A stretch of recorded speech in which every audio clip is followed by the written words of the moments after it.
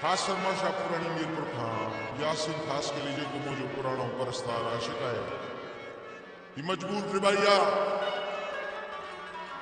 मुझो favourite शायर है मुझे ॾाढो वणंदो है पंहिंजे बेदर्द महबूब के काई मयार न ॾींदे छा थो फरमाए उसा नज़ाकत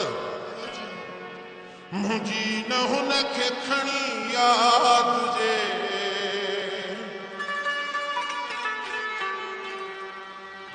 खुदा करे हुआ बात जे मुंहिंजी न हुनखे खणी याद जे अला करे हुआ बात जे मुंहिंजो जानी मुंहिंजो दिल पर मुंहिंजो जानी मुंहिंजो दिल पर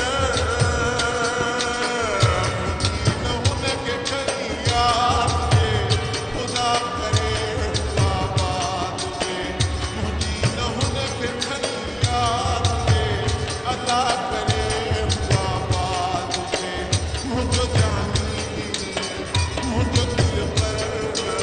मुंहिंजो जानी ओ आई लव यू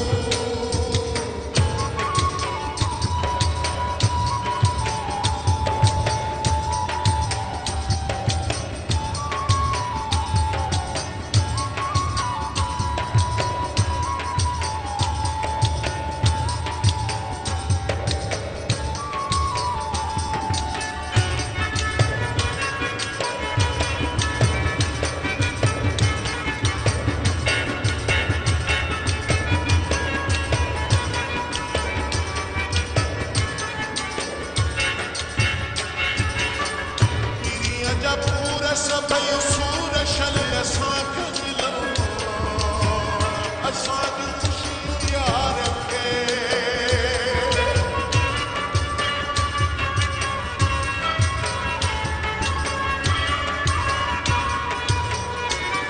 पीरीअ जा पूर सभई सूर शल असांखे मिलो असांजी ख़ुशी यार खे असांजी ख़ुशी यार खे रखो सवाल में शाद जे अदा करे हुआ बात जे मुंहिंजी न हुनखे खणी याद जे अदा करे हुआ बात जे मुंहिंजो जानी मुंहिंजो दिल पर मुंहिंजो जानी मुंहिंजो दिल पर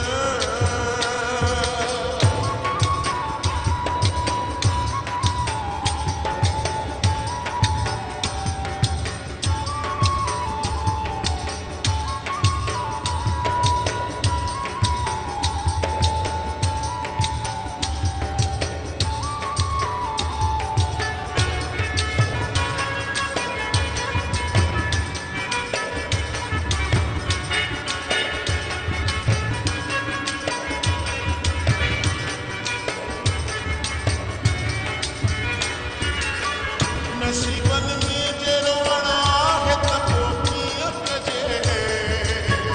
असांजो भाग असां सां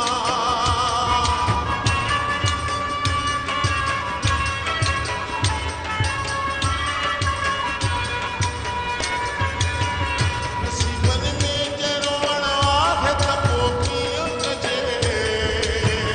असांजो भाग असां सां असांजो भाग असां सां असांजे दर्द जो नदाद जे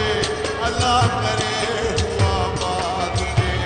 असांजे दर्द जो नदाद जे अला करे हुआ बात जे मुंहिंजो जानी मुंहिंजो दिल पर मुंहिंजो जानी ओ आई लव यू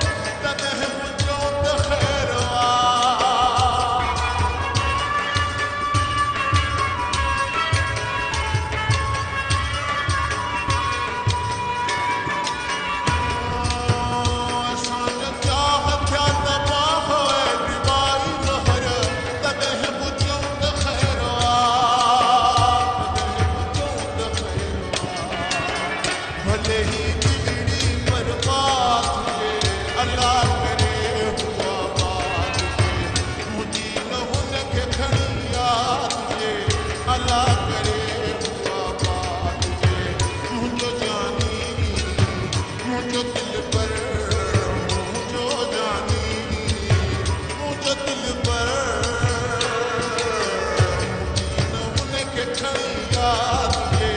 अल्लाह